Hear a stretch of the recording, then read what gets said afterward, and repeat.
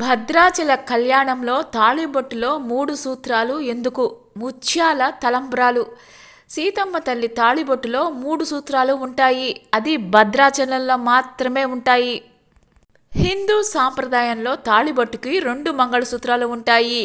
కానీ భద్రాచలంలో సీతమ్మ వారికి మాత్రం 3 మంగళసూత్రాలు ధరింపచేస్తారు. సాధారణంగా తాళిబొట్టుకు ఒక మంగళసూత్రం పుట్టింటి వారి నుంచి, రెండో మంగళసూత్రం మెట్టింటి వారి నుంచి ధరింపచేస్తారు. అయితే భద్రాచలం దేవాలయం నిర్మించిన తర్వాత రామదాసు సీతమ్మకు పుట్టినిల్లు మెట్టినిల్లుతో పాటు తానే సీతమ్మ వారికి తండ్రిగా భావించాడు. మూడో మంగళసూత్రాన్ని ధరింపచేశాడు. దీంతోటి ప్రతి సంవత్సరం సీతారామచంద్ర స్వామి వారి కళ్యాణంలో ఈ తాళిబొట్టును అమ్మవారికి అలంకరింపచేస్తారు. ఈ విధంగా మొత్తం 3 తాళిబొట్లను అలంకరింపచేస్తారు. భద్రాచలం ఆలయంలో ప్రతి విషయం ఒక ప్రత్యేకత సంతరించుకొని ఉంటుంది.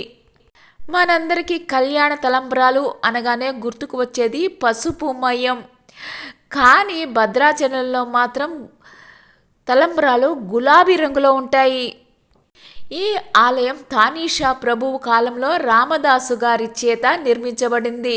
పాల్గొన శుద్ధ పౌర్ణమి హోళీ రోజు బుక్క, గులాలు, అత్తరు, పన్నీరు, ఆవు నెయ్యి, బియ్యంతోటి కళ్యాణ తలంబ్రాలు కలుపుతారు.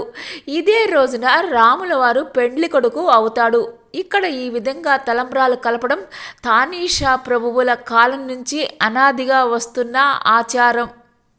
ముత్యాల తలంబ్రాలను పట్టు వస్త్రాలతోటి ప్రభుత్వం తరపున ప్రతి శ్రీరామనవమి రోజున భద్రాచల క్షేత్రంలో సమర్పించటం కూడా తానీషా వారి సంకల్పంతో వచ్చింది. ఒక్క ముత్యం దొరికినా చాలు ఆ సీతారాముల దివ్య ఆశీస్సులు పొందడానికి అని భక్త బృందం తాపత్రయపడుతూ ఉంటారు. ఈ విధంగా ముత్యాల తలంబ్రాలు అంతటి ప్రత్యేకతను సంతరించుకున్నాయి.